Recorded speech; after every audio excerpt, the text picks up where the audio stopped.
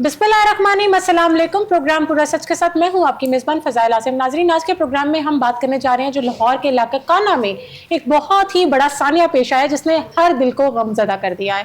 बहुत से ख़ानदानों को ऐसे गम में मुब्तला कर दिया है जिसका कोई पुरसाने हाल नहीं है, जिसकी वापसी हो ही नहीं सकती है। उनके बच्चे जान से चले गए हैं। एक एकेडमी के नाम पर पढ़ने जाते थे जहाँ जिसकी छत गिरी और उसमें बहुत सारे बच्चे मलबे तले आ गए। उन बच्चों को निकाल तो लिया, मगर अब जो कुछ हालात पेश आए हैं उस पर आज अपने प्रोग्राम में हम बात करेंगे। स्टूडियोज़ में मेरे साथ मेरे रिपोर्टर कामरान अली मौजूद हैं, उनके साथ हमारे बहुत ही प्यारे तज्ज़ियाकार एंकर पर्सन इजाज़ अहमद डोगर साहब मौजूद है। लेकिन सबसे पहले हम देख लेते हैं अपना ये पैकेज। लाहौर के इलाका कहना में होने वाला सानेहा हर आंख अश्कबार कर गया। कुर्बान स्कूल के साथ वाकया प्राइवेट एकेडमी की छत गिरने का वाकया पेश आया, जिसके नतीजे में 14 मासूम बच्चे अपनी जान की बाजी हार गए। जख्मियों को तिब्बी इमदाद के लिए THQ हॉस्पिटल मुंतकिल किया गया, जहां उनका इलाज मुआलजा जारी है।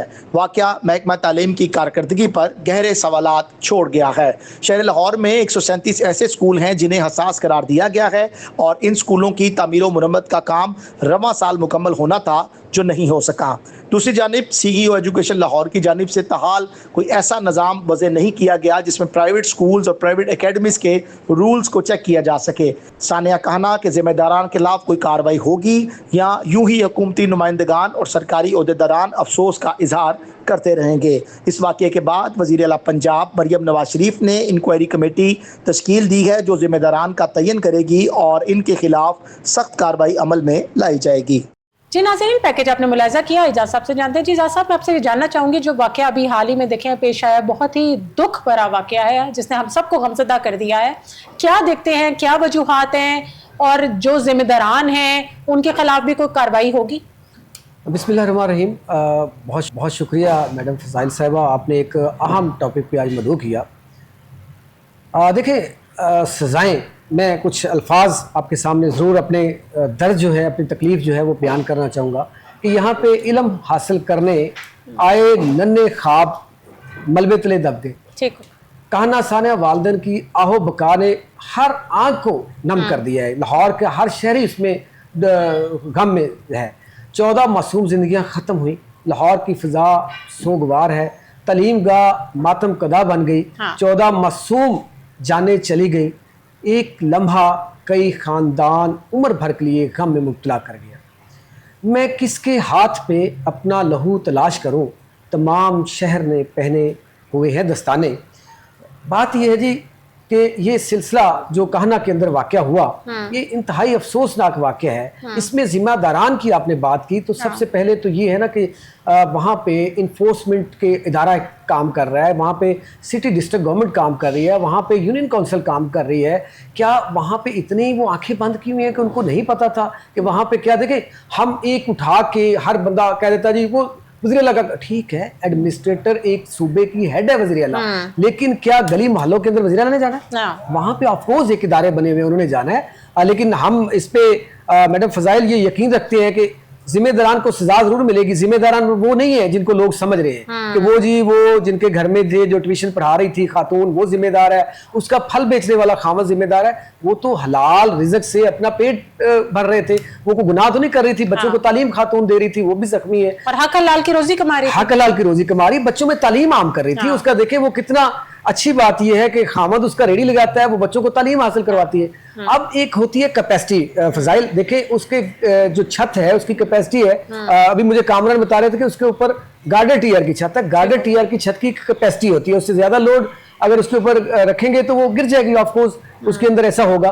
तो अब सबसे पहले तो उस इलाके के जो सिटी डिस्ट्रिक्ट गवर्नमेंट के इंस्पेक्टर इन्फोर्समेंट, इनको पकड़ना चाहिए। अब वहां पे उनको तो पकड़ लिया, FIR कर दी, भाई वो क्या कर रहे थे वहां पे? उनको बिल्डिंग को नहीं चेक करते कि यहाँ पे इतने बच्चे जा रहे हैं, कैसे जा रहे हैं, ट्यूशन नहीं है। फिर एजुकेशन का बनता है। देखिए, मैं अफसोस के साथ मुझे कहना पड़ रहा है कि हमारे एजुकेशन मिनिस्टर जो है मीडिया के आके सोशल मीडिया के ऊपर बहुत सारे बयान देते हैं, बहुत सारे प्राइवेट करने की बातें करते हैं। बहुत सारे स्कूल गवर्नमेंट के जो है वो ऐसा, मैं क्या कहूँ उनके बारे में, वो बीट रिपोर्टर बताएंगे कि उसके ऊपर क्या क्या इन्होंने हदायत जारी की हुई है। तो क्या कर क्या रहे हैं मिनिस्टर साहब? क्या उनको ये नहीं पता अगर गवर्नमेंट सेक्टर है तो उसके अंदर क्या करना है, प्राइवेट सेक्टर क्या है, उसके एसओपीज क्या है, कैसे उनको एनओसी देना है, कैसे एनओसी जारी करना है, एकेडमीज जो पढ़ाई जा रही है उसके अंदर क्या एसओपीज होनी चाहिए और स्कूल्स के अंदर क्या होनी चाहिए। आज मेरा लहजा ये क्यों है बोलने का, जाहिर हम दुखी हैं, हम भी बाप हैं, हम भी देखते हैं वो बच्चे चीख के उन्होंने जाने दी, तड़प तड़प के जाने दी, छोटे छोटे बच्चे मासूम जे तो तालीम वो ख्वाब से जाया हुआ तो उनके माँ बाप। आप उस तकलीफ को फील करें ना कि माँ बाप जिंदा हैं और उनके छोटे छोटे बच्चे चले जाएं, तो वो किस कदर तकलीफ में हो गए। कामरान, मैं आपसे ये जानना चाहूंगी कि जिस तरीके से हमारे अदारों ने ये कहा कि 137 स्कूल जो हैं वो इस काबिल नहीं है, खस्ता हालत के हैं, उनके इस काबिल नहीं है वो बिल्डिंग्स जो हैं जिसमें बच्चे जाके पढ़ सकें, इस हवाले से भी आप मुझे थोड़ा सा बताएं और आप मुझे ये बताएं जो अभी ये हाल में सानिया हुआ है, क्या अपडेट रखते हैं आप? बिस्मिल्लाहिर्रहमानिर्रहीम। लाखों करोड़ों दरूद नबी अकरम सल्लल्लाहु अलैहि वसल्लम और उनकी हाल पर। शुक्रिया फ़ज़ाइल। ये लाहौर में कोई पहला वाक़या नहीं है कि इसमें हम ये कहें कि ये सानिया तो बहुत बड़ा है, और जिस तरह अभी इजाज़ डोगर साहब बता रहे थे कि हम खुद कर्ब और दर्द में मुब्तला हैं, और इसकी सबसे बड़ी जो मिसाल है वो ये है कि कहीं पर भी पाकिस्तान में कहीं पर भी उम्मत मुस्लिमा का कोई भी नुकसान होता है तो यकीनी तौर पर जो मुसलमान है उसका दिल गमज़दा हो जाता है। तो पहले तो मैं ये बताऊं कि इससे पहले एक वाक़या शहर लाहौर में स्कूल जाते हुए बच्चों के रिक्शे पर एक LWMC का डंपर गिर गया था। अच्छा। जिसके नतीजे में 7 बच्चे जो माओ ने घर से तैयार करके भेजे थे वो उस डंपर के नीचे आ गए थे। अभी तक उस केस का फैसला नहीं हो सका। उसकी वजह यह है कि लाहौर वेस्ट मैनेजमेंट अथॉरिटी ने इस बात से इनकार कर दिया था कि ये डंपर हमारा है। वो कह रहे थे ये प्राइवेट डंपर है, हालांकि वो कूड़ा लेके जा रहा था और उसके ऊपर जो बैनर लगा था वो भी लाहौर वेस्ट मैनेजमेंट अथॉरिटी का लगा हुआ था। तो बतौर जर्नलिस्ट तो हमारी सहाफ़ती जिम्मेदारी तो यही थी कि हमने उसका तयन करना था कि ये जिम्मेदारान कौन है, उनके खिलाफ कार्रवाई होनी चाहिए। खैर उसको मीडिया ने रिपोर्ट भी किया, सब कुछ हुआ, एक वावेला भी उठा, लेकिन बाद में कुछ नहीं हो सका, वो केस भी ठप हो गया। और अब अगर बात करें इस सानिया की जो कल पेश आया है और जिसके नतीजे में 14 मासूम बच्चे, अफसोसनाक बात यह है कि बच्चों की जो उम्रें थी, मैं पहले आपसे वो डिस्कस कर दूं कि 5 से 6 साल से शुरू होती थी और 11 साल तक की उम्र के बच्चे जो वालिदैन के फूल थे, माओ ने बच्चे तैयार करके स्कूल बैग उनके तैयार करके उनको एकेडमी में पढ़ने के लिए भेजा था। पता नहीं था कि 2 घंटे के बाद घर लाशें पहुंच जाएंगी, अंदाजा नहीं था। घर में और उस इलाके में इस वक्त कहराम बरपा है और फुल जो इस टाइम जो वहां की फिजा है वो टोटली तौर पर जो है वो सोगवार है। तो शहरी तो ये मुतालबा कर रहे हैं कि हमें इंसाफ दिया जाए, और इंसाफ जो फराहम करना है बुनियादी जिम्मेदारी इदारों ने देना और हुकूमत ने देना है। हाँ। तो अभी इजाज साहब ने बड़ी अच्छी बात की और ये कहा कि वज़ीर आला पंजाब तो जिम्मेदार नहीं है और उन्होंने तो गलियों में नहीं जाना। यकीनी तौर पर वो जिम्मेदार तो नहीं है, मगर जो नीचे अदारे काम कर रहे हैं वो तो जिम्मेदार हैं। अदारे इसलिए बनाए गए ना, उन्होंने उनकी रिस्पांसिबिलिटीज लगाई है। मिनिस्टर्स इसलिए बनाए हैं कि वो लुक आफ्टर करेंगे और मिनिस्टर्स की रिस्पांसिबिलिटी है जो सीएम को रिपोर्ट करेंगे। जी ऐसी। अच्छा, इसमें ना अब एक बिल्डिंग चेकिंग टीम है जो कि बिल्डिंग को चेक करती है कि कौन सी बिल्डिंग खस्ता है। अभी आपने मुझसे सवाल किया था कि 137 स्कूल लाहौर में है, तो वो बहुत जल्द हम अपने नाजरीन से वो लिस्ट शेयर भी कर देंगे ताकि जो बच्चे उन स्कूलों में जाते हैं उनके वालिदैन थोड़ा एहतियात करें, या स्कूल चेंज कराएं। तो या उन स्कूलों की मुरम्मत के लिए जो है वो उनके जिम्मेदारान को कहें कि इनको मुरम्मत कराएं, क्योंकि लाहौर के जो 137 स्कूल हैं वो उनकी मुरम्मत व बहाली होनी थी और उनको खतरनाक स्कूल जो है वो करार दिया गया था बतौर अदारा। मतलब इसकी हमारी अपनी जाती रिपोर्ट नहीं है, ये एजुकेशन डिपार्टमेंट की रिपोर्ट है जो हम शेयर कर रहे हैं। उन्होंने ये कहा था कि ये जो 137 स्कूल हैं लाहौर के, जो 2000 स्कूल हैं, उनमें से 137 ऐसे स्कूल हैं जो खतरनाक हैं और ये सरकारी स्कूल है, इसमें कोई ऐसा प्राइवेट स्कूल नहीं है। तो ये खतरनाक है और हम तो दुआ करते हैं कि खुदा ना खास्ता दोबारा कुछ तरह का वाकया रूनुमा ना हो। लेकिन आजकल चूंकि छुट्टियां चल रही हैं अभी, तो अगर स्कूल की कहीं रेनोवेशन का काम करना है तो ये एक अच्छा वक्त होता है स्कूलों को तैयार करने का और उनकी तामीर और मुरम्मत करने का। तो ये वाकया जो है पहले इस पे बात कर लेते हैं, फिर मैं आपको बताता हूं कि ये इस तरह के वाकयात रूनुमा होते क्यों हैं, इसके पीछे वजूहात क्या हैं। अभी जो हमें ताज़ा तरीन इतलात मिली हैं, पहले तो इस पे जो मुख्तलिफ इदारों के सरबराहान पहुंचे थे। कामरान, मैं आपसे पहले ये जानना चाहूंगी कि जिस तरीके से कहा जा रहा है कि जी जो है उस बिल्डिंग पे काम हो रहा था, मजदूर लगे हुए थे, जी ये कितनी हद तक इस बात में सता? देखें, अभी मैं यही आपसे डिस्कस करने लगा हूं कि उस खातून का बयान सामने है जो टीचर हैं। पहले तो मैं उस टीचर को सलाम पेश करता हूं क्योंकि वो एक गरीब औरत जरूर है और उसने अपने घर में बच्चों को जो है वो एक ऐसा फरीजा वो अदा कर रही थी, जो दर्स मैं का समझता हूं बनाई इसका हुई कोई थी ना? नेमुल बदल नहीं है, तालीम फराम करी थी, क्योंकि हमारे वजीर तालीम तो टीचर्स को चोर कहते हैं, वो कहते हैं कि पंखा चोर है, ये कूलर चोर है, वो तो इस तरह के बयान देते हैं जिसपे टीचर्स में भी शदीद गम और गुस्सा जो है वो पाया जाता है। अफसोसनाक बात यह है कि वजीर तालीम वहां नहीं पहुंच सके, और हमारी तमाम जो एजुकेशन से रिलेटेड जर्नलिस्ट हैं उनकी ख्वाहिश थी कि वो आते वहां पर आके, लेकिन उन्होंने एक ग्रुप में जो है वो अपने तर्जुमान के थ्रू एक मैसेज शेयर करा दिया जिसमें वो ये कह रहे थे कि मुझे बहुत दुख है, मुझे अफसोस है। तो सर अफसोस तो सबको है, दुख में तो सब मुब्तला है, और अगर आप पहुंच जाते तो यकीनन उन फैमिलीज को थोड़ी तसल्ली हो जाती, थोड़ा उनके जख्मों पर भी मरहम रखा जाता। दूसरी बात यह है कि ये जो वाकया पेश आया है इसमें बिल्डिंग चेकिंग डिपार्टमेंट है बाकायदा तौर पर, इसमें MCL के लोग हैं, इसमें LDA है। अब LDA और MCL ये दो डिपार्टमेंट तो इस बात को मान ही नहीं रहे, उन्होंने तमाम मामला जो है वो DHA पे डाल दिया, क्योंकि वो DHA के करीब ये इलाका है। हाँ, हालांकि ये जो बुनियादी जिम्मेदारी है ये उन डिपार्टमेंट्स की है जिन्होंने बिल्डिंग्स को चेक करना होता है, इसमें MCL भी है और LDA भी है। अब पहले ये पेशेंगोइयां की जा रही थी, जो लोग वहां पर आए उन्होंने ये कहा जी कि छत के ऊपर वजन ज्यादा होने के बायस ये छत गिरी है, जबकि खतून ये कह रही है, जो खतून की स्टेटमेंट आई है, मैं प्रोड्यूसर साहब से रिक्वेस्ट करूंगा कि वो खतून का बयान भी साथ चलाएं। खतून ये कह रही हैं कि मेरी छत पे कोई काम नहीं हो रहा था, मैंने 4 माह कबल इस छत को तैयार कराया था, चूंकि मेरे पास पैसे नहीं थे लेंटर डलवाने के, तो लिहाजा मैंने ये जो TR गार्डर है इसकी जो छत है कंपैरेटिवली लेंटर से सस्ता होता है जी ना? बिल्कुल सस्ता होता है। और उस औरत ने अपने बयान में ये भी कहा है कि मेरा जो शोहर है वो एक फल फरोश है, वजीर आला पंजाब मरियम नवाज शरीफ साहबा की रेडी वो हासिल नहीं कर सके किसी वजह से, लेकिन वो अपनी प्राइवेट रेडी लगाते हैं और 200 से 400 रुपए उनकी बचत है, कुछ वो पैसे कुछ बच्चों को पढ़ाकर मैं अपने घर का जो है वो गुजारा करती हूँ। इजाज साहब आप क्या देखते हैं, आप क्या समझते हैं, क्या ये सिर्फ एक सानिया है या फिर ये सरकारी इदारों की गफलत है? देखें जी, ये सानिया तो है, इसको हम नहीं कह सकते, लेकिन ये देखें जो अभी कामरान कह रहे थे कि वो LDA जो है अपने ज़िम्मे लेने के लिए नहीं तैयार, DHA का तो वो इलाका ही नहीं आता, वो तो LDA के अंडर है और वहाँ पे ठीक है। MCL वही, मैं पहले यूनियन काउंसिल और म्यूनसिपल कमेटी जो है इनकी और डिस्ट्रिक्ट गवर्नमेंट का काम है उसको चेक करना या क्या हुआ। अब उस खातून के 2 पहलू हैं इसके फजाइल। ठीक हो गया। फर्स्ट तो ये है कि वहाँ पे अगर वो कमज़ोर बिल्डिंग थी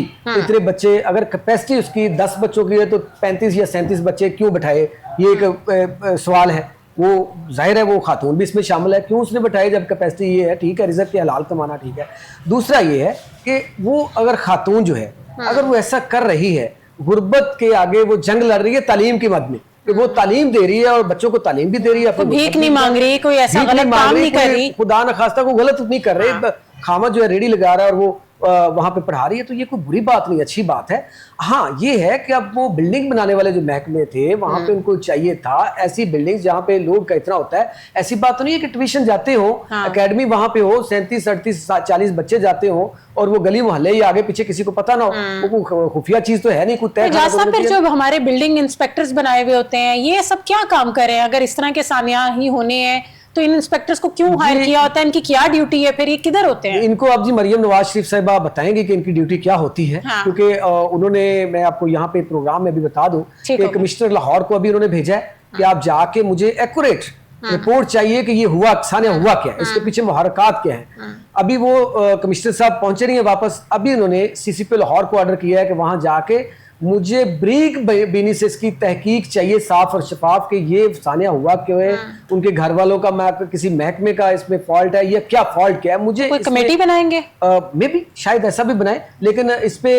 जो है वही बात कामरान वाली के अफसोस वाली बात ये है कि वहाँ पे चाइल्ड प्रोटेक्शन ब्यूरो की चेयरपर्सन सारा अहमद तो पहुंच जाती है, जिशान मलिक जो है मुआविन खुसूसी वज़ीर आला पंजाब वो तो पहुंच जाते हैं, वहाँ पे DC लाहौर भी पहुंच जाते हैं, लेकिन वज़ीर तालीम साहब जो है वो नहीं पहुंचे।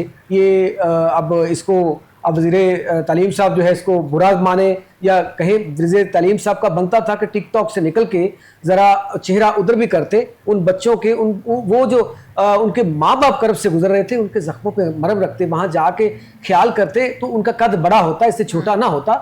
ये चाहिए था उनको कि एक इन्होंने मैं देखे जहाँ अच्छी बात होती है वो भी करनी चाहिए। पंजाब एक निजी कॉलेज का यहाँ पे वाक़या हुआ था चबुर्जी के पास, तो वहाँ पे हालात बड़े संगीन थे, तो मिनिस्टर साहब जो है वहाँ पे अंदर चले गए, वो धक्के भी उनको लगे, लेकिन उन्होंने वो मामला जो है उसको ठंडा किया, बड़ा गर्म था, तो लोगों ने अप्रिशिएट किया, हमने भी अप्रिशिएट किया।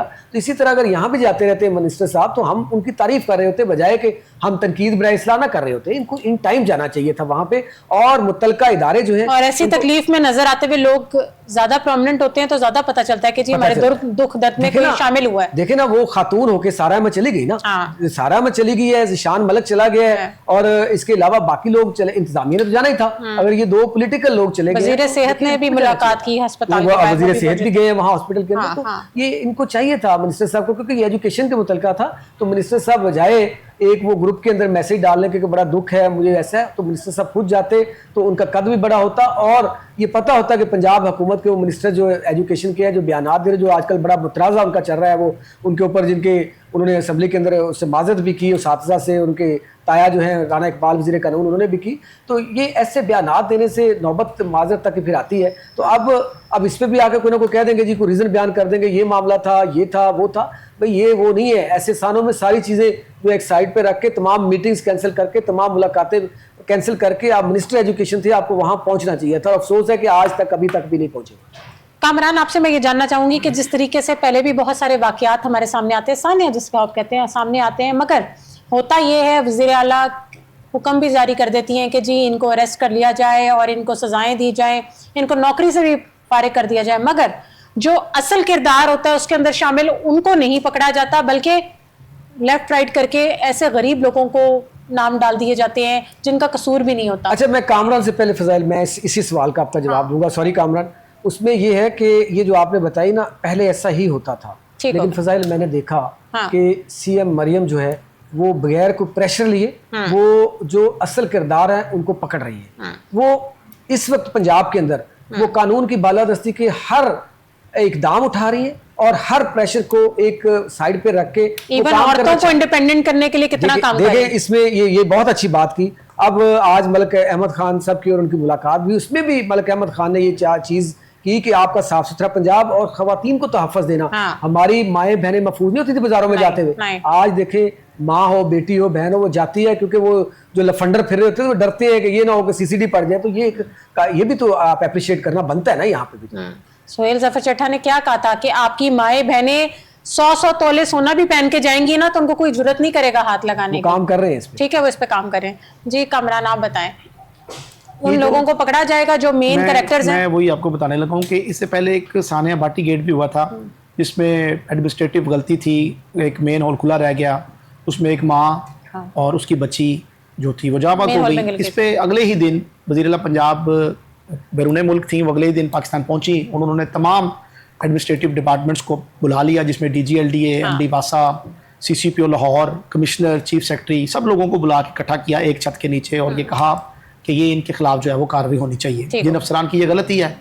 तो एक्सेप्ट तो हम यही कर रहे हैं कि वज़ीर आला पंजाब फिर दोबारा इस तरह का कोई इनिशिएटिव लेंगी, वो एक प्रेस कॉन्फ्रेंस रखेंगी, उस पर बताएंगी कि ये असल वाकया क्या है। जिस तरह अभी डोगर साहब बता रहे थे कि सख्त इंक्वायरी, कड़ी इंक्वायरी जो है वो करने की जो है वो ऑर्डर्स जारी किए गए हैं। ये आपने बताना है कि असल वाकया क्या था। टीमें पहुंच गई हैं वहाँ पे। जी बिल्कुल। अच्छा, गुजारिश ये है कि ये जो सारा वाकया है, हम एक तरफ कहते हैं कि जो सरकारी मुलाजमीन है उनकी गलती है, एक तरफ पहले ये बात ये चली थी कि इस खातून की अपनी गलती है, इसने अपने घर पे क्यों इतने अफराद जो थे छत पे ऊपर बिठाए, जो वजन ज़्यादा हुआ और वो छत नीचे गिर गई, जबकि खातून ये कहती है मैंने अपनी छत पे किसी को नहीं बिठाया, छत मेरी कंप्लीट हो चुकी हुई थी।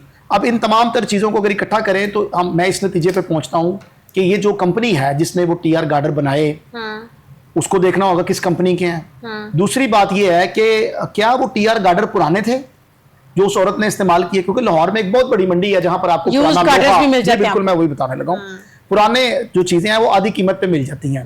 देखिए, महंगाई ने जहां इस मुल्क को घेरा है तो वहां पर तमाम अशिया खुर्दनोश और जो बिल्डिंग मटेरियल है उसमें बेपनाह इजाफा हुआ है। जो सीमेंट की बोरी आज से 4-5 साल पहले 480 रुपए की हुआ करती थी, इस वक्त जो है वो 1480 रुपए तक जो उसकी कीमत है वो पहुंच गई है, और एक आम आदमी अफोर्ड नहीं कर सकता। और इसी तरह बाकी चीजें भी, अगर मैं स्क्रैप की बात करूं तो लोहे का रेट जो नया लोहा था वो 130-120 रुपए मिलता था। ये तो एक और चीज है, मजदूर अफोर्ड नहीं कर सकते। जी बिल्कुल। अब स्क्रैप का रेट जो है वो 130 से 50 रुपए तक हो चुका है। तो अब जो नया गार्डर या TR खरीदने जाएगा तो उसका उस औरत का तो बजट नहीं है जिस तरह वो अपना बयान बता रही है।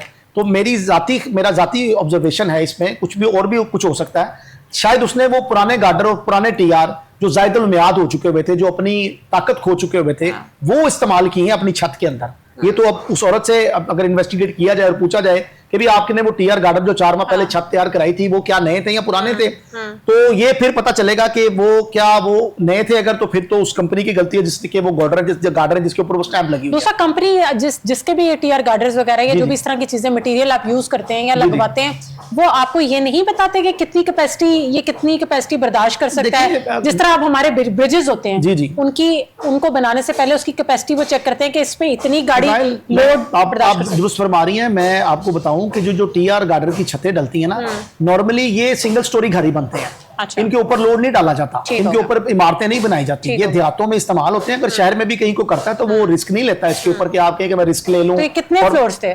ये तो सिंगल स्टोरी घर था जिसका ये मामला हुआ और वो छत नीचे आके गिरी है। ये कोई डबल स्टोरी घर नहीं था, और ना वो इस तरह खातून ने बताया कि हमारे घर के ऊपर जो थे वो लोग थे, नहीं थे। लोगों का ये कहना है कि कंस्ट्रक्शन का काम हो रहा था, जबकि वहां पर कोई कंस्ट्रक्शन का काम नहीं हो रहा था। मैं अगर उन माओं की बात करूं जिनके ये लाल थे और जिनके साथ ये मामला दरपेश आया है, देखें औलाद सबसे कीमती चीज है इंसान की जिंदगी में। पैसा, दौलत, ये चीजें आनी जानी है सारी, लेकिन औलाद की जो नेमत है अल्लाह ताला सबकी औलाद को अपने ज़ुबान में रखे। लेकिन ये बहुत बड़ा एक सानिया है। आप इस दुख और कर्ब को हम तो सिर्फ बयान कर सकते हैं। जिनके गुजर रही है वो ज़्यादा, जिनके ऊपर गुजर रही है उनके लिए ये बहुत बड़ा सानिया है। छोटे छोटे बच्चे हैं, मासूम, और वो तालीम हासिल करने के हसूल से उस अकेडमी में गए थे, मगर वहाँ से उनकी जो है वो लाशें निकली हैं। इस वक्त तमाम जो इलाका है वो सोगवार है, और इस उम्मीद पर है कि जो ओहदेदारान हैं हमारे, जहाँ सरकारी अफसरान हैं, वहाँ पर पहुँचे और उनकी दादरसी करें। क्या साहब मुझे आप ये बताएं, आप समझते हैं कि जो कवानीन है वो काफ़ी है हमारे, जिस पे ये अमल दरामद नहीं करा पा रहे या ये लोग फॉलो नहीं कर रहे, क्या मसला है? देखिए, जो कवानीन है वो तो मौजूद है ऑलरेडी, आइन कानून सब कुछ मौजूद है। असल वही बात आ जाती है उनके अमल दरामद कैसे हो, इम्प्लीमेंटेशन का मसला। इम्प्लीमेंटेशन, अब उस पर अमल दरामद के लिए ही तो ये सारी कमेटियाँ बनाई जा रही हैं। सब जो है बहुत सारी तनकीद का निशाना भी सीएम को बनाया जा रहा है कि ये सीएम ऐसे कर रही है। बहुत सारी ब्यूरोक्रेसी के अंदर से कुछ लोग, अब वो व्हाट्सएप के ऊपर वो बहुत सारी आई हैं, मेरे ऊपर भी शायद इस चीज़ की ना आए कि ब्यूरोक्रेसी का नाम लिया है, लेकिन सब ब्यूरोक्रेट एक जैसे नहीं है। कुछ ब्यूरोक्रेसी चाहती नहीं है कि इस तरह के जो है कानून के ऊपर अमल दरामद हो, क्योंकि वो अपनी हुकूमत चाहते हैं, अपनी हुक्मरानी चाहते हैं। तो ऐसी जो कवानीन है वो देखें, जिस पे अमल दरामद नहीं करवाना तो कवानीन बनाए क्यों जाते हैं? जब कवानीन बनाए जाते हैं तो उन पर अमल दरामद करवाना चाहिए, क्योंकि वो रियासत का कानून होता है, वो आइन का हिस्सा होता है, उस पर अमल दरामद करना ही करना होता है। अगर एक खातून जो है वज़ीर आला, वो पंजाब के अंदर आके वो कहती है जी खवातीन मेरी रेड लाइन है, और वो साबित करती है, वो कहती है जी मंशियात के खात्मे के लिए मैंने यहाँ पे काम करना है, तो वो CNF जैसा इदारा मार्ज़ वजूद में लेके आती है, वो एक अथॉरिटी बनाती है और उस पर काम हो रहा है। वो सिर्फ मीडिया पे मैं उसका हिस्सा हूँ, मेरे पास न्यूज़ आती हैं। अब मीडिया पे इतनी चीज़ें हाईलाइट नहीं की जाती जितने वो बॉर्डर, मतलब दूसरे सूबों से बॉर्डर क्रॉस करके जितनी पंजाब के अंदर मंशियात आती, जितना बड़े बड़े गैंग, बड़े बड़े ग्रोह जो स्कूल कॉलेजेस मासूम बच्चों को जो मंशियात का आदी बना रहे थे पकड़ रहे हैं। तो ये कानून पे अमल दरामद की है। अब ज़रूरत इस बात की है कि यहाँ पे तो हो रहा है, ये हाईलाइटेड चीज़ें थी, खवातीन पे तहफ़्फ़ुज़ के लिए बातें हो रही थी, फिर साफ़ सुथरा पंजाब की हो रही थी, चले मंशियात की बात हो रही थी, राजधानी डकैती की बातें हो रही थी, उस पर तो अमल दरामद हो रहा है। लेकिन ये इस तरह के भेड़िए जो महकमों के अंदर बैठे हुए हैं, जो सिर्फ तनख्वाहें लेते हैं और अपनी फील्ड में काम नहीं कर रहे, अब मरियम साहबा को इनको बिल्कुल नकेल डालना पड़ेगी, जिसमें ये इन्फोर्समेंट के इदारे हैं, जिसमें ये बिल्डिंग डिपार्टमेंट के इदारे हैं, LDA के इदारे हैं। भाई दफातर के अंदर AC लगा के या वो सैलरी लेने चले गए और बाकी सारा मौज मस्ती की, ये दौर फील्ड में काम करना पड़ेगा। फील्ड में काम करना, अगर फील्ड में काम होता तो देखिए साने तो आप बड़े जो वो ममालिक हैं जो तरक्की याफ्ता वहां भी हो जाते हैं, बड़ी बात नहीं है। हाँ, लेकिन वो उनके रोकथाम के लिए प्रॉपर्ली उनके इक़दाम किए जाते हैं। अमेरिका को वहां पे आग लग जाए, काबू से बाहर आ जाते हैं, क्या कुछ हो जाता है। चीज वो नहीं है, चीज ये है कि साने हो जाते हैं, लेकिन उससे हमने सबक क्या सीखा। जिस तरह अभी वो अंदरून शहर की बात कर रहे थे कि वहां पे ये साने हुआ, साने होना बड़ी बात नहीं है, सबक सीखना उससे और उन डिपार्टमेंट्स को सजा देना। अब उस खतौन बेचारी को सजा दे के क्या करेंगे? अब सबसे पहले तो डिपार्टमेंट मुतलका पकड़ने चाहिए ना कि कौन कौन सी, और मेरा ख्याल है कि ये बड़ी साफ शफाफ इंक्वायरी होगी, इसमें डंडी नहीं लगेगी, क्योंकि मेरे पास अभी जो रिपोर्ट्स आई हैं कि सीएम साहब ने अलग अलग एक टीम नहीं है, उन्होंने 4-5 टीमें जो एक पॉलिटिकली उन्होंने बना दी है, दूसरा पुलिस की, ब्यूरोक्रेसी की, आपकी वो सिटी की, DC कमिश्नर की, उन्होंने ये बना दी है कि मुझे इस पे साफ शफाफ इंक्वायरी चाहिए। फिर उसके बाद सजाएं जजाएं होंगी। अब उम्मीद तो की जा सकती है, अब ये कबल अज़ वक्त बातें हैं जो मैं कर रहा हूँ, लेकिन ये उम्मीद की जा सकती है कि रिपोर्ट के बाद इंशाल्लाह कुछ अच्छा होगा ताकि दोबारा काने जैसा ये। लेकिन दूसरा एजाज साहब, जिस तरीके के हालात बने जा रहे हैं, आप देख रहे हैं हर आए दिन कोई ना कोई ऐसा वाकया पेश हो जाता है, जिस तरह वो सरगोदा का वाकया इंसिडेंट अभी हुआ, मुंतहा केस जो था, फिर इस तरह के और बहुत से केसेस होते जा रहे हैं। इतने कवानीन होने के बावजूद, सख्ती होने के बावजूद ये लोग बाज क्यों नहीं आ रहे और ये चीज़ें रोक क्यों नहीं पा रहे? देखिए, एक शैतान होता है जी, जो इंसान के अंदर का शैतान होता है ना, वो उसके लिए इलाज मुआवजा यही होता है। वो शायद अब इस बात से आहिस्ता आहिस्ता लोगों को, ये पहले ऐसा ही कानून था यहाँ पे कि वो कानून को झांसा दे देते थे, जंगल का कानून, जंगल का कानून था, यहाँ पे कोई वो नहीं होता था। लेकिन अब ऐसा नहीं है। हाँ। अब ऐसा नहीं है। अब जो एक दफा आ गया, देखिए जिस तरह हर जगह सेफ सिटी के कैमरास लग रहे हैं, उसके अलावा तफ्तीश और फंक्शनल है सारे। यस, फंक्शनल है। और फिर तफ्तीश का दायरा कार जो है वो उन्होंने जदीद कर दिया है तफ्तीश का, और अथॉरिटीज़ बना दी है, CCD बनाई है, इस तरह मैंने CNF का मंशियात के लिए बनाई है। देखिए, ये तमाम इदारे बनाई इसी वजह से गए। तो पर ये जानवर नुमा है, इससे कोई वो सबक क्यों नहीं हासिल कर रहे? सबक सीख रहे हैं। फजाइल, जो वाकयात आप रेशो देख लें कि जब से मरियम नवाज शरीफ साहिबा हुकूमत में आई थी, उससे पहले के वाकया, और जब CCD बनाई, बहुत इनसिक्योरिटीज थी। CCD बनाई और उसके बाद उन्होंने कहा कि खवातीन मेरी रेड लाइन है, और जब सजाएं मिलना शुरू हुई, ठीक है, वो लोगों ने तो बड़ी बातें की हैं, वो जी ऐसे हो गया, आपको रोड्स पे अब कितनी सिक्योर लड़कियां स्कूटी चलाती नजर आ रही होती है, मदर्स अपने बच्चों को पिक एंड ड्रॉप कर रही थी, इंडिपेंडेंट है।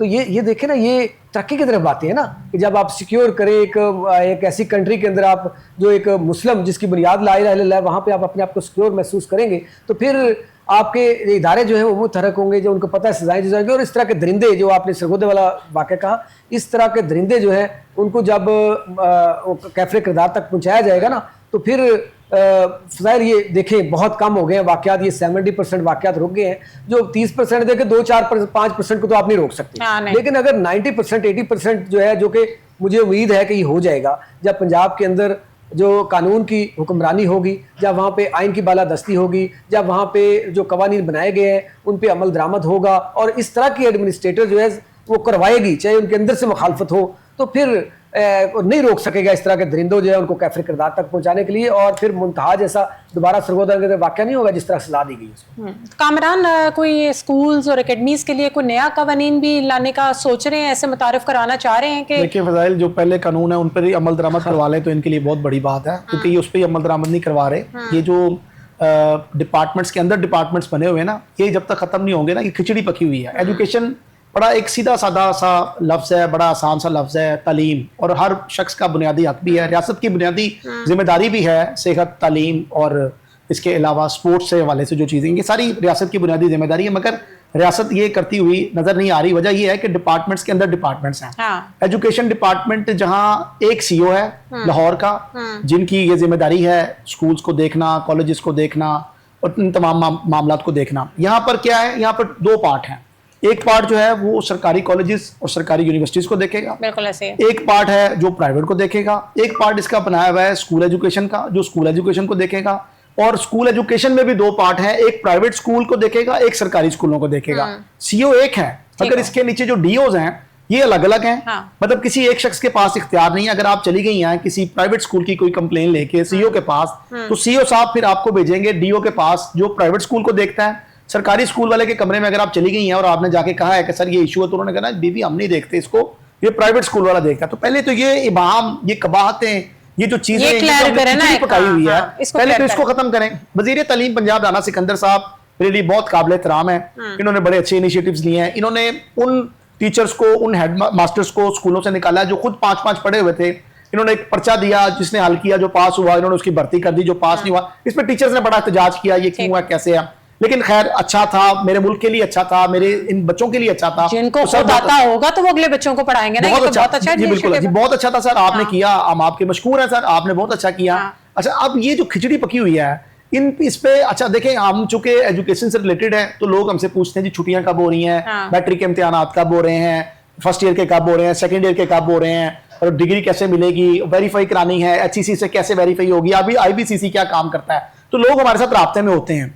तो जब लोग हमें ये पूछते हैं कि जनाब ये 3 माह की छुट्टियां हो रही हैं, तो हुकूमत ने ऐलान किया है कि जो फीस देगा, अब देखिए देखें ये कैसा टोपी ड्रामा किया है, मैं आपको बताता हूँ।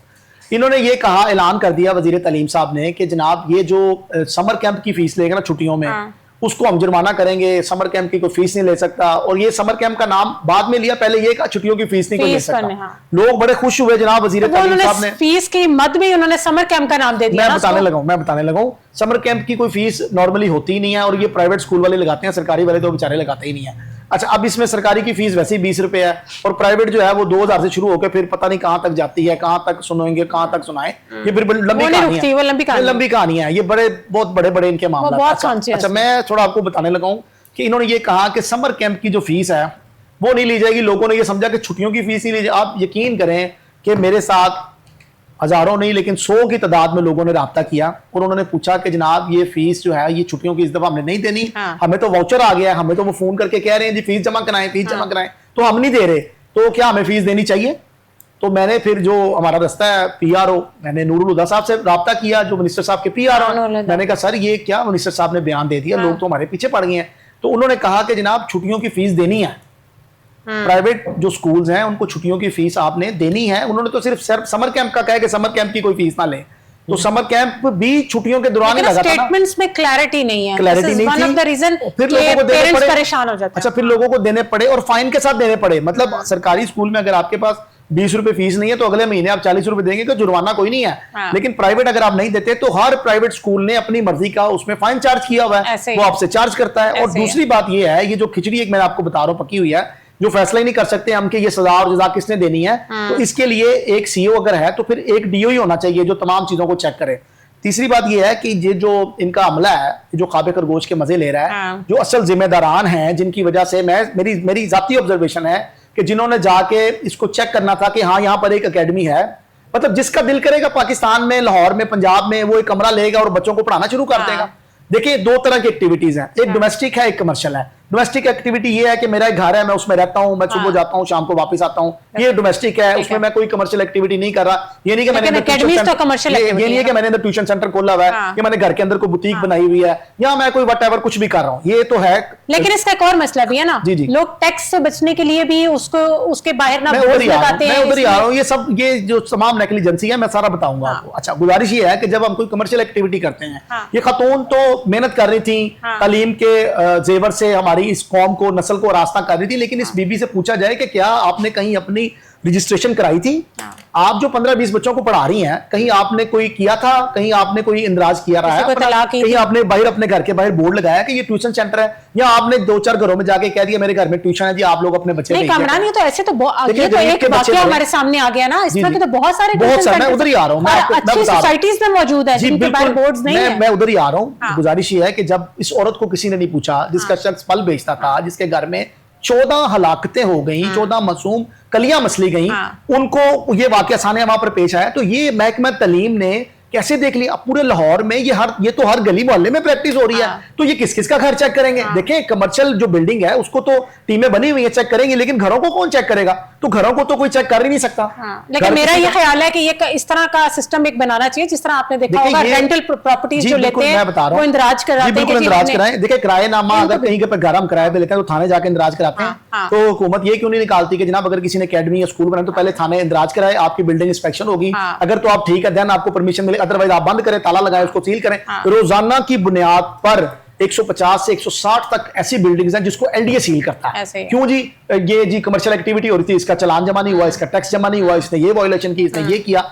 तो जनाब ये अगर आपसे नहीं हो रहा, एजुकेशन डिपार्टमेंट तो LDA की ड्यूटी लगा दें। LDA वाले तो बहुत तेज है, सील बिल्डिंग्स को आग लग जाती है, फायर एक्सटिंग्विशर्स नहीं लगाते। देखिए, सरकारी इदारों में जो है वो आग बुझाने वाले आलात मौजूद नहीं है। बहुत से ऐसे सरकारी इदारे हैं जहां पर आग बुझाने वाले आलात जो है मौजूद नहीं है। तो इस औरत के पास हम क्या तवक्को कर सकते हैं कि यहाँ पर आग बुझाने वाले आलात भी होते हैं? वो एक कमर्शियल एक्टिविटी कर रही है। देखिए, वो बच्चों को पढ़ा रही है, ठीक है, पढ़ाएं, अच्छी बात है। मेरे मुल्क कौम के बच्चे आगे जाए, लेकिन मेरे मुल्क कौम के बच्चे आगे जाए, ऊपर ना जाए।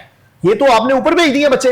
ये आप देखिए, ये कमर्शियल एक्टिविटी थी जहां पर 10, 12, 15 लोग जो हैं वो पढ़ रहे हैं बैठ के। तो ये आप एक कमर्शियल एक्टिविटी इसको नोट करें। इसको आप इस तरह ना लें कि ये घर में था और वो पढ़ा रही थी, वो गरीब औरत थी। ये सारी चीजें अपनी जगह पर है, लेकिन हुकूमत इस पे क्या कर रही है? और जो एजुकेशन डिपार्टमेंट है, जिसकी बुनियादी जिम्मेदारी है गली मोहल्लों की एकेडमीज को जाके चेक करना, प्राइवेट सरकारी स्कूलों को चेक करना। देखें, आज भी आप सरकारी स्कूल में चली जाएं। मैं एक स्कूल का मैंने विजिट किया मुगलपुरा के इलाका में, यहाँ पर उसको पंजाबी में मज्जों वाला अड्डा कहते हैं, स्टॉप को।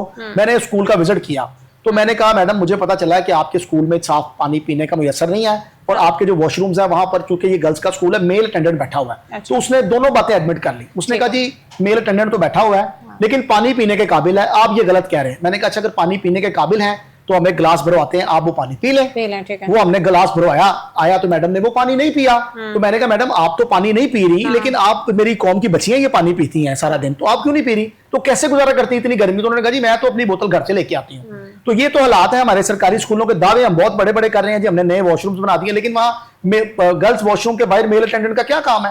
ये मुगलपुरा में सरकारी स्कूल है, अभी भी आप जाके विजिट करें, यही सूरत हाल वहां पर चल रही है। साहब आप क्या समझते हैं, इस सानिया से कोई तालीमी निजाम में कोई फर्क आएगा, कोई सबक सीखेंगे, कोई सबक इनको मिलना है या नहीं मिलना, या यही हालात रहने? देखें जी, पहले तो तालीमी निज़ाम पे ही तहफ़्फ़ुज़ात है कि यहाँ पे एक होता है दोहरा म्यार, यहाँ पे 10वां म्यार है तालीम का। यहाँ पे इक्वल तालीम की बात नहीं है कि यहाँ पे अमीर के लिए और है, गरीब के लिए और है, मिडिल क्लास के लिए और है, उससे लोअर तबके के लिए और है, बस उसमें अमीर के इधर भी और तरह की कैटेगरीज है। जब एजुकेशन एक तरह की होगी, वो सरकारी हो प्राइवेट हो, जब इस एक तरह की होगी एजुकेशन, तो वहाँ पे म्यार जो है बेहतर होगा। फिर आप प्राइवेट सेक्टर, ठीक है लोग बिजनेस कर रहे हैं, गवर्नमेंट सेक्टर को क्यों नहीं प्रमोट करते? गवर्नमेंट सेक्टर के स्कूल्स बनाने का मकसद क्या है? उनको भी प्राइवेट कर रहे हैं, गवर्नमेंट सेक्टर को प्रमोट करें। गवर्नमेंट सेक्टर के अंदर जिस तरह पहले चेक एंड बैलेंस होता था, लोग सिफारिशों से वहाँ पे बच्चों को तालीम हासिल दाखिल करवाते थे, एडमिशन करवाते थे।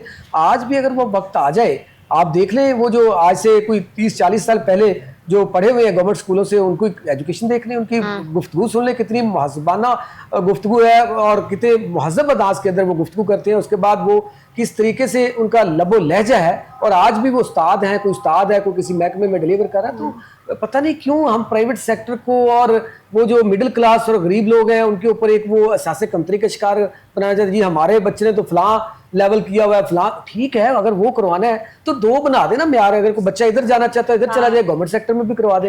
गवर्नमेंट सेक्टर भी इतना अच्छा कर देना बेहतर। जब आप इनके बच्चे जाएंगे यहाँ पर, जब देखें ना, जब आप जाएंगे तब फजाइल, जब इनके मिनिस्टर्स के बच्चे, ब्यूरोक्रेसी के बच्चे जब गवर्नमेंट स्कूल के अंदर पढ़ाए ना, तो देखें यार पंजाब यूनिवर्सिटी भी तो गवर्नमेंट की है यूनिवर्सिटी, वहां पे सब तालीम एशिया की सबसे बड़ी यूनिवर्सिटी है, उसका म्यार तो नहीं नीचे गिरा। नहीं। फैसलाबाद एग्रीकल्चर यूनिवर्सिटी का म्यार तो नहीं गिरा, क्योंकि वहां पे सब पढ़ते हैं, तालीम हासिल करते हैं जाके। तो अगर इसी तरह का म्यार बना दिया जाए, मैं को ये नहीं कह रहा प्राइवेट सेक्टर बंद कर दें, लेकिन आप गवर्नमेंट सेक्टर पे ध्यान दें, इतना अच्छा कर दें, इंप्रूव कर दें, इंप्रूव करें, गवर्नमेंट सेक्टर को दें। तो तालीम, देखिए तालीम हमारा जेवर है, तालीम से हम आगे निकल सकते हैं। हम अगर दुनिया के साथ कंपेयर कर सकते हैं तो सिर्फ एक ही हल है, वो है तालीम। अगर हमारे पास तालीम ना होती फजाइल, तो 10 मई 2025 को मार का हक्का जो वाकया हुआ था, वो आपके एजुकेशन थी, जिसकी बिना पे आपने एक 10 गुना बड़े मुल्क को और आपसे जो है 3 गुना बड़ी फौज को आपने जो है शिकस्त दी। उसके पीछे तालीम थी, एजुकेशन थी, IT डिपार्टमेंट था, माइंडसेट था, अगर वो माइंडसेट था,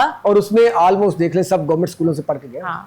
आप देख लें, उनकी हिस्ट्री निकालें, आप फील्ड मार्शल की निकाले, बाकी निकाले, गवर्नमेंट स्कूलों से पढ़ के आप देखें ना, this is one of the reason के बाहर के मुल्कों में जब आपका इत्तेफाक हुआ हो, देखा हो, तो वहां पर जो आपका तालीम का मेयार है वो सबके लिए बराबर है। चाहे वो फैक्ट्री में काम कर रहा है, चाहे वो डॉक्टर है, चाहे वो कोई भी है, वो सबके बच्चे बराबर एक ही लेवल पे पढ़ रहे हैं, वहां पर ऐसे डिफरेंसेस नहीं है, इसलिए वो मुल्क फ्लरिश कर रहा है। हम क्यों नहीं म्यारे तालीम अपना ऐसा बनाते? हम और बहुत सी चीजें वहां से कॉपी करते हैं, बट हमें जो मेन हमारी बेसिक्स हैं वो एजुकेशन है, वो तो ऐसी होनी चाहिए। लम्बा फिक्री है हमारे लिए, इसको सोचना पड़ेगा। हमारे मुल्क के पढ़े हुए डॉक्टर्स, किंग एडवर्ड के पढ़े हुए डॉक्टर्स आज आपके बाहर के मुल्कों में सर्व कर रहे हैं, बड़ी इज्जत है उनकी, बड़ा मुकाम है उनका। इस वक्त तो ये सूरत हाल है कि 780 सीटें जो है वो खाली चली गई हैं, लोग डॉक्टर बनना ही नहीं चाह रहे, और चूंकि डॉक्टर बनने के भी बड़े प्रोसेस हैं, बड़े मराहिल हैं, उसके बाद जब डॉक्टर बन जाते हैं फिर एक नई कहानी शुरू हो जाती है। डॉक्टर्स ये भी कहते हैं कि जनाब हमने डॉक्टर्स बन के बाद में अपने मुतालबात के लिए पंजाब असम्बली के सामने बैठ के अगर आंसू गैस के शैली खाने हैं,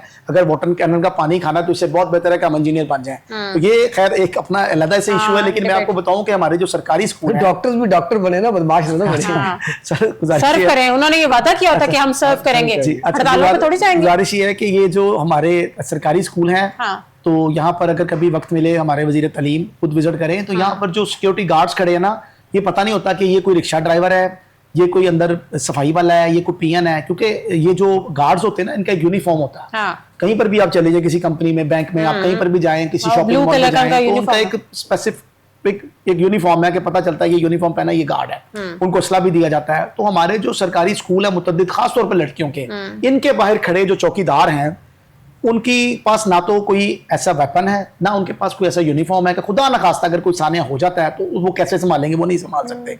एक तो इनको वेपन देने चाहिए, जो लाइसेंस चाहता हूँ, इनकी ट्रेनिंग होनी चाहिए, और अगर ये नहीं हो सकता तो फिर किसी कंपनी से कम अच्छे जो गार्ड, ट्रेंड गार्ड हैं, रिटायर्ड फौजी हैं, मुख्तलिफ बैंक्स में काम करते हैं। देखिए गार्ड्स के भी ना हालात कोई नहीं रह गए। मेरी बात सुने, आम बंदे को वो बंदूक पकड़ा देते हैं, बंदूक भी आगे से फायर होने के बजाय पीछे से चलने वाली है, सीधा किस्म की ट्रेंड वो है नहीं। बहुत अच्छी बात की, बात सीधी करनी चाहिए। देखिए मेरी बात सुने, वो बराए नाम है एक बैंक का गार्ड की, मैं एक निजी बैंक के गार्ड की बात बता दूं, वो उनको ये भी इतना भी सेंस नहीं है कि गन लेके आपने यूं सामने को उसका मुंह करके नहीं खड़े होना, उसका मुंह या ऊपर हो या नीचे हो, ठीक है। अगर आप हमारी फोर्सेस से पूछें, किसी से पूछें, वो आपको ट्रेनिंग बताएंगे। गुजारिश की है ना कि ट्रेन उस गार्ड को मैंने रुक के कहा, मैंने कहा तुमने इसका मुंह सामने किया हुआ है, तुम्हें ये नहीं पता कि या तो उसका मुंह ऊपर करो या नीचे रखो। उसने कहा बाजी ये कड़ी गोलियां ने। अब इसके बाद आप क्या कहेंगे? आप फोर्सेस को देख ले, आप पुलिस डिपार्टमेंट है, आर्मी आपकी, वो कभी भी गाने से सीधी नहीं करती, नहीं कर ही सकते, ट्रेनिंग है उनकी, ट्रेनिंग है। तो गुजारिश ये है कि ये जो हमारे स्कूल हैं सरकारी, इनकी हालत जार भी बेहतर होनी चाहिए। यहाँ पर भी पीने का साफ पानी मिलना चाहिए। यहाँ के भी जो वॉशरूम्स हैं वो नए तो जरूर बनाएं, लेकिन उनको साफ सुथरा भी रखना चाहिए, जो बने हुए उन्हीं को साफ कर लें। जी बिल्कुल। और यहाँ पर जो बच्चे पढ़ते हैं, ये भी इस कौम के फूल हैं, इस कौम के मुमार हैं। इन्होंने कल को बड़े होकर इस मुल्क की बागडोर संभालनी है। और मैं आपको बताऊं कि प्राइवेट स्कूलों की तरफ लोग क्यों जाते हैं, ये सरकारी स्कूलों की हालत जार देखकर।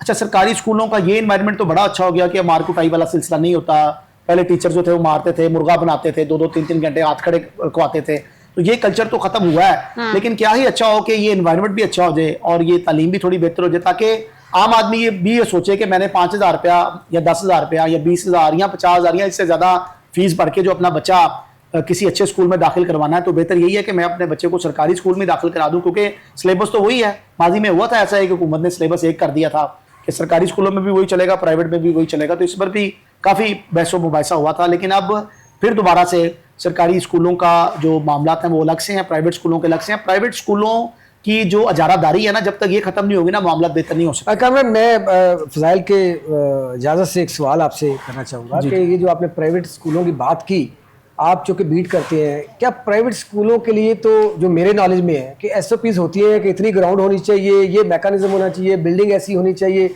तो मेरे ख्याल में आप हर गली मोहल्ले के अंदर जो प्राइवेट स्कूल मिले हैं जिनको NOC जारी कर दिया जाता है, उनके पास तो कोई प्ले ग्राउंड ही नहीं है, उनके पास तो बच्चों को ऑक्सीजन के लिए कुछ जगह नहीं है। वो एक छोटे छोटे कमरे बना के अंदर जमा किया होता है, जैसे भेड़ बकरियों को किया होता है, तो उनको NOC कौन जारी कर देता है? प्राइवेट सेक्टर का एजाज साहब, वो एसीज लगा के जो बच्चों को खराब कर रहे हैं ना, मतलब एसीज में बिठा दिया जाता है प्राइवेट स्कूल का, ये एक बहुत बड़ा मसला है। ये भी मसला है। डॉक्टर साहब, फिजिकल एक्टिविटीज हमारे बच्चों के पास है ही नहीं। डॉक्टर साहब, मैं आपको बताऊं, आपको माजी में ये ट्रैफिक वार्डन आने से पहले कई दफ़ा इत्तेफाक हुआ होगा कि आपको वार्डन रोकते थे, वो कहते थे लाइसेंस दिखाओ, आप दिखाते थे, कागज़ दिखाओ जी, तो आप कागज़ दिखाते थे। सब कुछ होने के बावजूद वो कहते थे सर जी कोई थोड़ा चाय पानी दे दो, तो आपने दिया होगा, डेफिनेटली मैंने भी दिया, आपने भी दिया होगा कई दफ़ा, तो ये प्रैक्टिस थी। अभी जो एजुकेशन डिपार्टमेंट है ना, वो ये प्रैक्टिस कर रहा है। जो रूल्स हैं वो ये कहते हैं कि स्कूल का रकबा कम से कम 1 कनाल हो, उसमें 10 मरले का ग्राउंड हो, क्लासें हवादार हो, रोशन हो, 5 ग्रेड्स का इंतजाम। ये रूल्स हैं, ये रूल्स हैं। अच्छा, उसको NOC मिल जाता है। तो जो 1 मरले के घर में बैठा हुआ है, जिसने 2 फ्लोर का घर, जिसका 2 फ्लोर है, उसने क्लासें बना के किया, उसके पास NOC नहीं है, उसके पास वो वार्डन है जो कहता है सर जी को चाय पानी दे दो। तो ये चाय पानी वाला कल्चर खत्म होगा तो सर ये इस तरह के वाकयात रुकेंगे। मुझे लगता है पीरा जैसी कोई नई फोर्स बनानी पड़ेगी अब इन बिल्डिंग्स को देखने के लिए, क्योंकि कोई सिस्टम नजर नहीं आ रहा है। इजाज रोगर साहब, thank you so much for your time. Kamran Ali, thank you so much for your time. नाजरीन, आज का प्रोग्राम आपने मुलाहिजा किया। अगले प्रोग्राम में मुलाकात होगी न्यू टॉपिक्स के साथ। तब तक अपनी मेजबान फजाइल आसिम को दें इजाजत। अल्लाह हाफिज।